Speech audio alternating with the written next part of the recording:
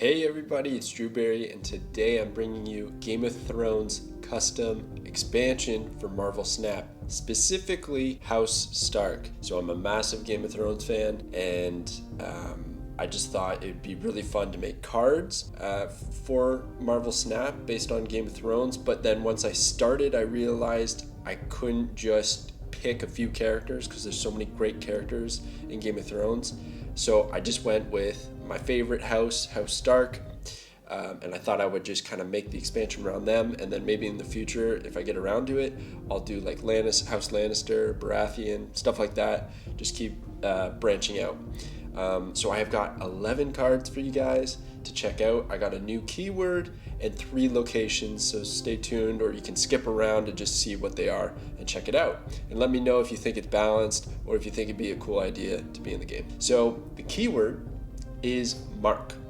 So I couldn't really think of anything that would work with House Stark specifically, but once I thought of this idea, I thought it should be in the game, and I rolled with it. So the keyword is cards with a mark get +2 power, and these can stack. So you can put, think of it like, see these logos, the House Stark sigil? So think of that as like a mark. That would be on the card, maybe right below their power, and that would kind of signal that they're getting +2 power because of the mark that is placed on that card. And then if they had 3 of them or 5 or anything like that, then they would have, let's say if it's 5, then they'd have +10 power because of those 5 marks. If those marks were somehow removed or something changed about them, then like that would change what happened in the card and you could see it, right? And that would affect their power. So there's a card like Ironheart that's actively in the game that gives +2 power to 3 other cards. So in theory, if this was to come out and this was to be a thing in the game, Ironheart would give 3 random marks to 3 of your cards. That would be like the flavor text, right? So it's obviously not a thing, and I'm just making this up. But I thought it'd be pretty cool, and here's some of the cards that I came up with it. So first off, we have kind of just base cards that I made that just apply marks to kind of get the keyword rolling. I think everything needs that. Let's take discard, for instance. Blade. He discards a card. Why does Blade discard a card? Who knows, right? But you need that for discard decks and for the game to work. So we have Rickon. I don't know how to say his name. He's such a minor character in the show. but the youngest Stark, and he's going to place 1 mark on himself. So he's a 1 cost 0, but instantly he's going to be a 1/2. Now this is pretty vanilla. That's not very fun, but there's going to be some synergy later on that you'll see that could really make Rickon pretty good. Okay, Maester Lewin. So he's going to mark 1 card twice. So he's not going to mark himself, but he can pick a card and he's going to mark it twice, giving it +4. That's why he's a -1, because really when you look at it, this is like a 2 for 3. Okay? Caitlyn. So she's going to mark 2 separate cards. She's going to mark 2 cards, right? So she's a 3/1, but she's going to give out 4, but it's going to be 2 different cards. The difference between her and, say, Ironheart is that you get to choose where the marks go. So if you can imagine, you drop the card, and then a prompt would come up and saying, who do you want to mark? And you would click the cards that you want to mark. And that's how you'd mark. Okay, so that's kind of our vanilla cards. So keep these in mind when you're looking at the rest of the set. So that's 3. Let's move on to Ned. So Ned actually doesn't have mark synergy. I know, weird start. But I had to do this for the flavor. So Ned Stark, famous, is a 1 cost 6 power. If this is played after turn 1, destroy it. So if you don't know, if you haven't watched Game of Thrones, you're not going to get this, but Ned was one of the fan favorites, and not out of nowhere, we kind of saw it coming, but nobody expected it, I don't think, at the time when Game of Thrones was coming out. He dies at the end of season 1. So I have some strategy, some animation, some synergy. So the animation that I would have for this is like the top part of the card gets sliced off, kind of like his head rolling off, because he gets executed. So I thought that was kind of funny. So he's a giant power card for 1. We don't see this anywhere except for maybe Ebony Maw. But you'd have to play him on turn 1, which is going to be hard because you kind of have to just top deck him. You have to hope you top deck him. But the synergy could be with destroy decks, just activating a prompt for a destroy. So like Death would get synergy. Her cost would be reduced because Ned would just die. You'd still have to pay the 1 cost to destroy him, so that might be a bit of a hassle. Armor, you could play Armor, and then you could guarantee to play him, and he wouldn't die, so then you'd get 6 power there. That could work. And then Angela, you could prompt Angela, she gets the +2 power, and then he dies, and you open up another spot to play more card. So that was a pretty cool card. Really went for the flavor on this one, not so much power level or balance. But I really do think this is a card that could work in Marvel Snap. Like, it could very well be a thing. Okay, let's move on next to Arya. Guys, I love Arya. Arya is probably my favorite character in the game. That's why I made her broken, okay? Arya is a 3/1, and she's going to, on reveal, destroy all cards with a mark. So this can get pretty out of hand. So if you remember the cards earlier, like Caitlyn marking 2 cards, right? So then Arya comes out on 3 the next turn and destroys both of them. Or you wait until the late game to place marks on somebody. Literally play Caitlyn, then Arya on turn 6. You mark 2 of your opponent's big cards, and then you destroy them instantly, so long as they don't have like Cosmo to stop your on reveal.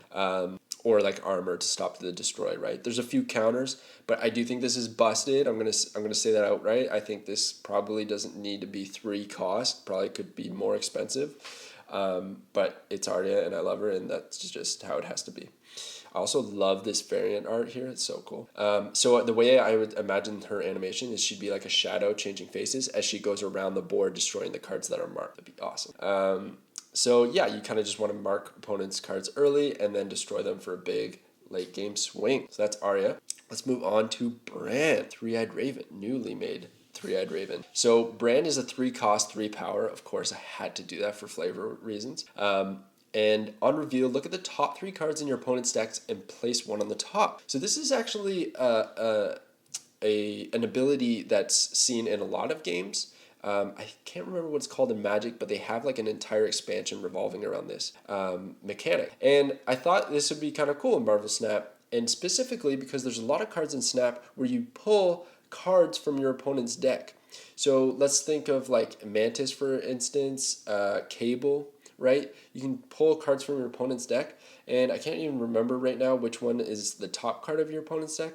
But just for as an example, if you have control over what is on the top of your opponent's deck, and then you play that card, then you pull it, and you would get that. You would have choice over which card you get. That could either be a combo breaker against your opponent, or you could pull the card that would really help you in the late game, like their Infinite or like something crazy, right?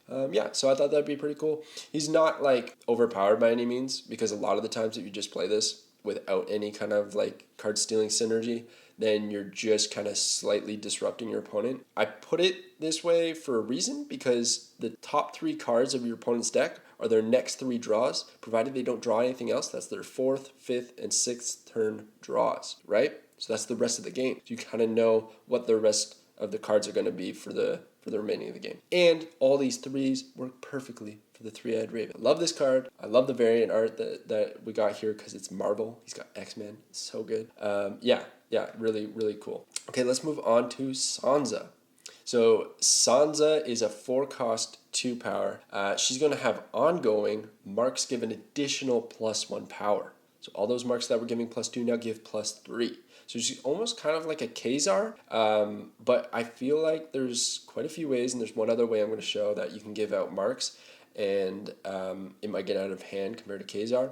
Maybe I could raise her power level. She might be a little underpowered, I'm not sure. But then you can imagine like ongoing synergy with like Onslaught or something like that to give even more power across the board. So, you could either stack one card with a bunch of marks, and then she would give them, let's say they had 5 marks, that's 10 power, but then she gives another +1, that's another 5 power, 15 power on one card. Or you can kind of go wide with it by spreading a bunch of marks. I imagine her animation would be when the card is hovered, there's a faint chant of Queen of the North. She had a really awesome story arc in her rise to power, so I thought that would be pretty cool. Sometimes like the cards that I'm making here, there's different times when they became, like for instance Bran, when he became the 3-Eyed Raven, that wasn't until later in the season. Same as Sansa, like growing into power and becoming the Queen of the North, like that was late in the show as well. Arya as well. So let's move on to Ramsey Bolton. So Ramsey Bolton, I got some villains here. So he was in control of Winterfell at a time, so I thought he was a good villain to add in here, and he kills Rickon, so spoiler. So he's a 4 cost, 4 power, and he's going to have ongoing marks give -2 power instead. Oh, okay. So we don't only have to just buff our cards, we could actually buff our opponent's cards, play Ramsey, and all of a sudden that +2 power they had becomes -2. That's a 4 power swing, right? That could be huge. And the best part of it is that your opponent might not see this coming. Or they're making their calculations based on their current power total level, not realizing that they're actually getting the benefit of the times you marked them, okay? Kind of like Arya, you could destroy your opponent's cards by marking them. Now you could mark them and then know that you're going to play Ramsey later on to give them that negative debuff.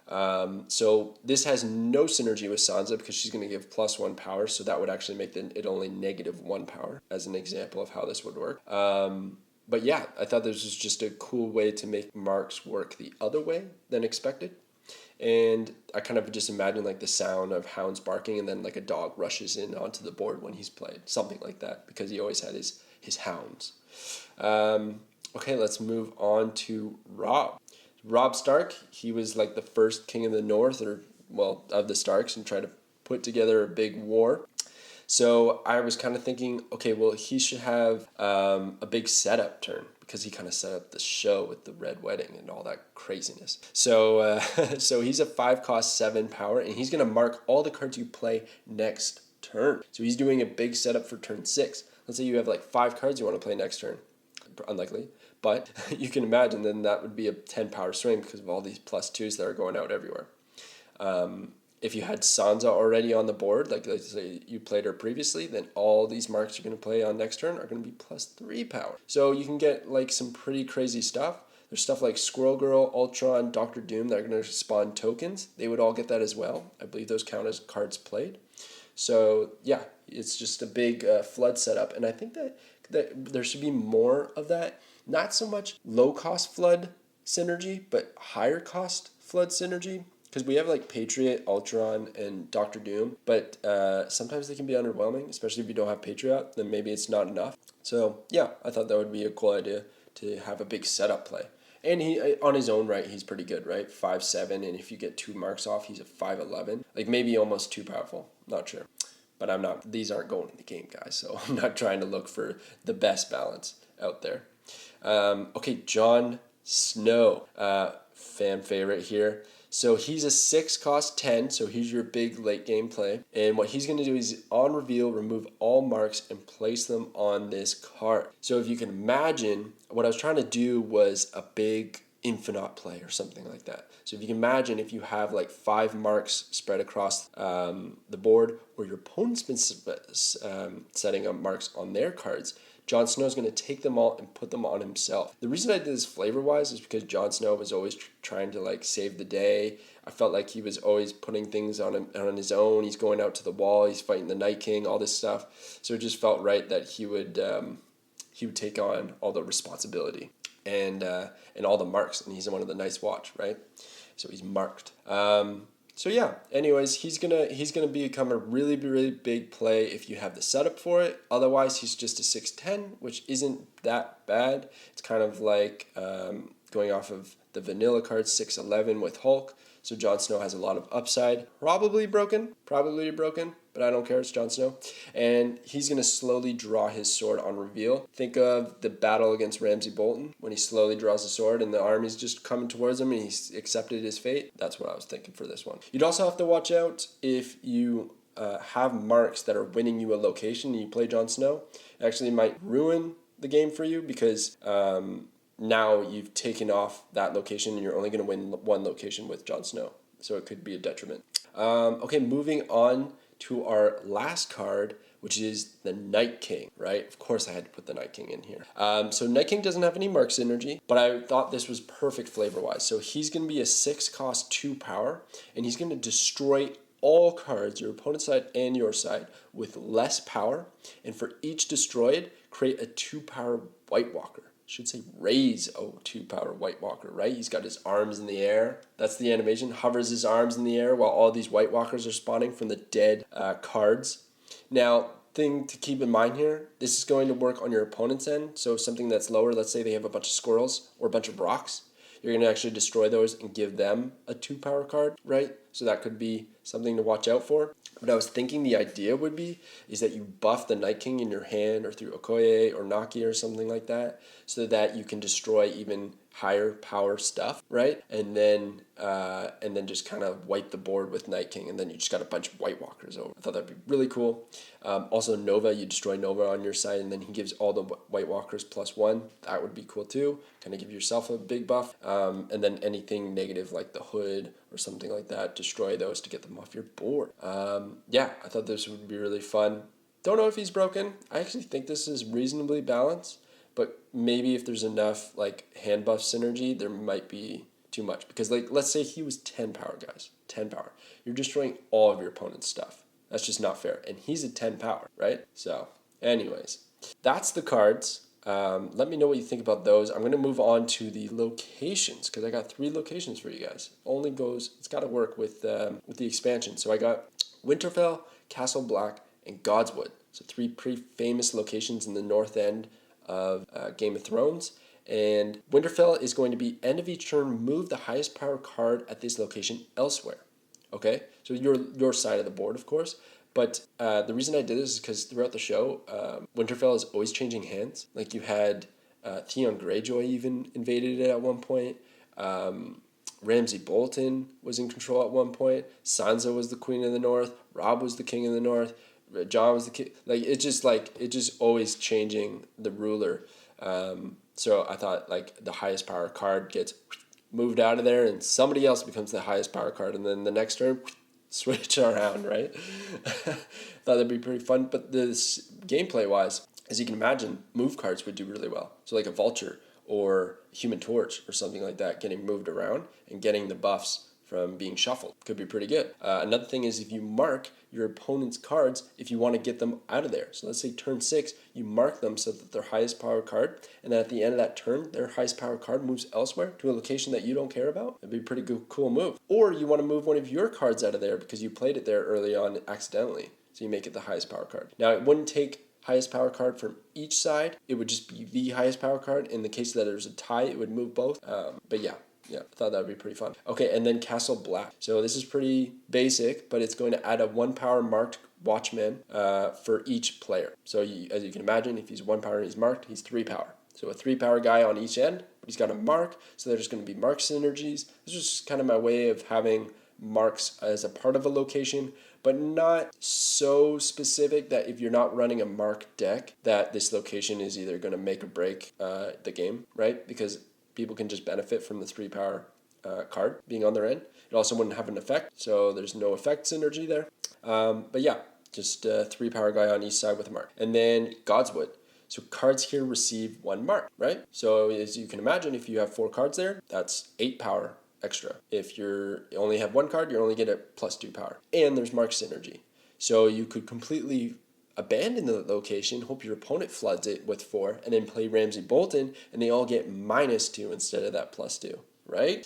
Stuff like that could be really cool. And then you play Night King and destroy it all and summon a bunch of 2s.